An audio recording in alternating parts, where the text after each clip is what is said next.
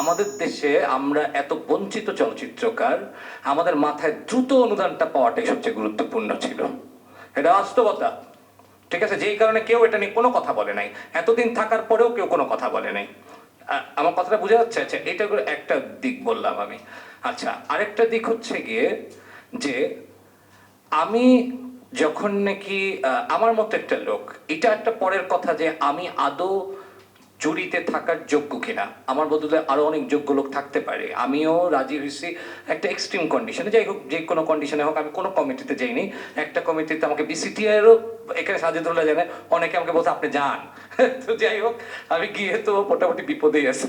কিন্তু আমি যে গেলাম এখানে, সেখানে গিয়ে আমি যেটা অনুভব করলাম যে যারা 85 জন যেভাবে করেই 27 তারিখেও আমি জানতাম না, আমি জানতাম শর্ট লিস্ট হবে। রাত্রেবেলা আমি জানলাম যে 3 দিন ধরে 4 দিন ধরে অলরেডি ডাকা শুরু হয়ে গেছে লোকজন।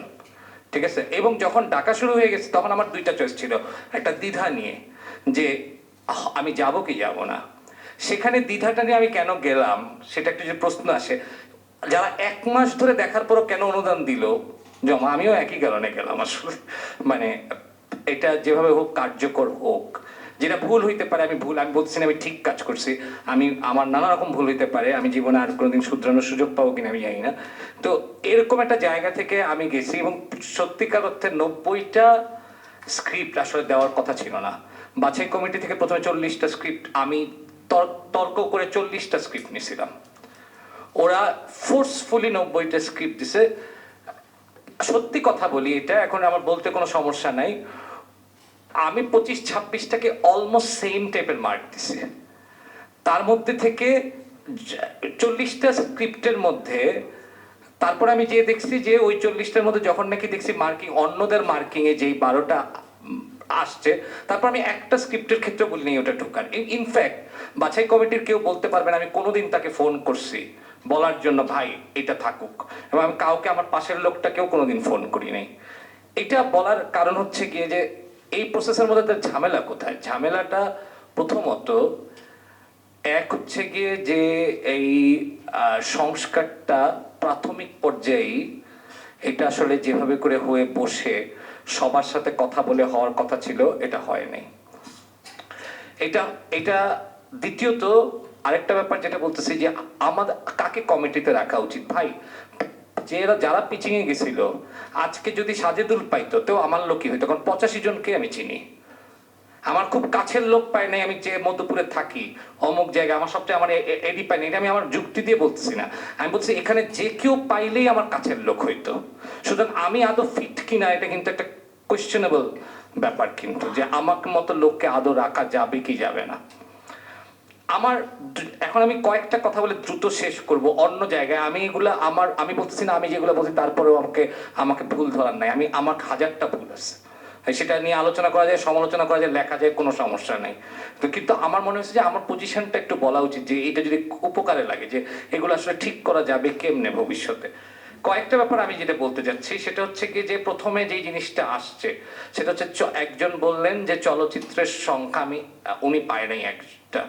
আমি উল্টা বলতে চাই, আমি বলতে চাই যে আমি মনে করি 25টা ছবি যদি দিতে পারতো তাহলে ভালো হইতো।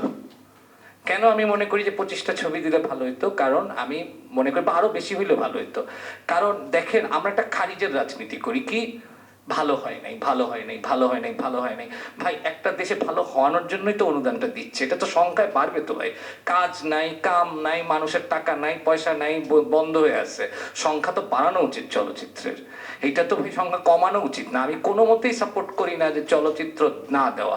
আমি মনে করি প্রতি বছর সিনেমার সংখ্যা বাড়ানো উচিত অনুদানের ক্ষেত্রে। এটা একদম, আমি এটা আমার ক্লিয়ার একটা সত্য কথা, আমি এটা বললাম, এটা আমি যেটা বিশ্বাস করি সেটাই বললাম।